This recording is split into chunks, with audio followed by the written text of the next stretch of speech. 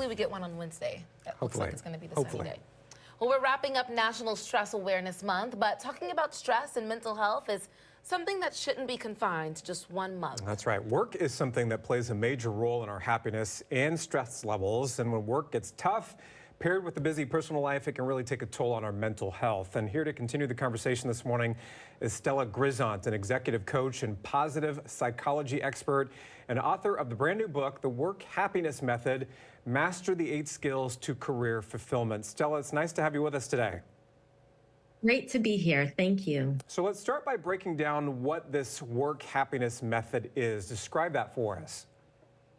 Yeah, so the work happiness method teaches 8 what I call inner skills. Inner skills have to do with how you relate to yourself so that you can control what you can control to be most resilient, engaged, and happy at work. Many people feel that building boundaries can be difficult, and that can be something that can prevent total happiness at work and maybe even personal life. So how can people reshape their mindset about boundaries and set healthy boundaries that will help them grow? Oh, I love this question. So boundaries, a lot of people are afraid of boundaries because they're afraid of saying no, but boundaries are actually less about saying no and more about saying yes to what matters. It's about prioritizing what you need in order to be your best. And so for those who are afraid of them, consider what is your important yes. How do you want to feel and be at work and in life? And what conditions can you create to support them? You know, we were just talking about boundaries, and sometimes those, and when you have those big conversations or you're really trying to confront issues, that can be tough, right? So talk about the difference between conversations and confrontations and how people should approach those situations. Yes. So most of the time when it comes to having a difficult talk about a difficult subject, we actually view it as a confrontation and less as a conversation. And so the number one thing when it comes to approaching a tense topic is to shift your energy because our emotions are contagious.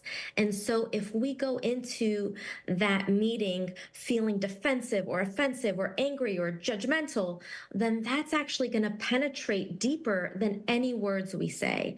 And so first and foremost, we want to take the time to really adjust our moods so that we can be most open and willing to understand different perspectives so that we can have the best possible conversation. I really like that. I do too. Yeah, it can have such a difference. Yeah, confrontation and conversation.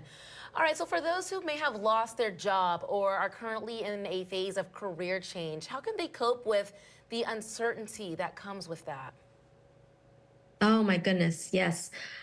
Well, uncertainty for most of us normally gets tagged as a threat in our brain because uncertainty presents potential loss, and our brain does not like loss. Our brain we have a loss aversion, so our brain would rather avoid losing than prefer gaining. So what we want to do is reframe the situation and with what I call a play mindset and ask ourselves, how might this actually be a setup than a setback, right?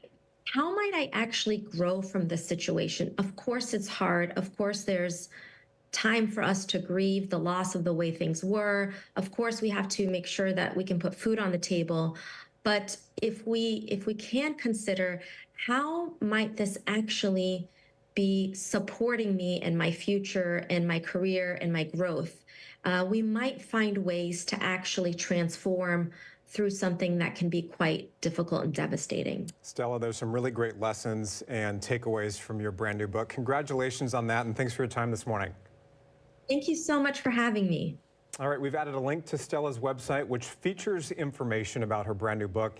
And you can get there by going to komonews.com/hotlinks or use your cell phone to scan that QR code right there on your screen. I picked up some good gems from that one.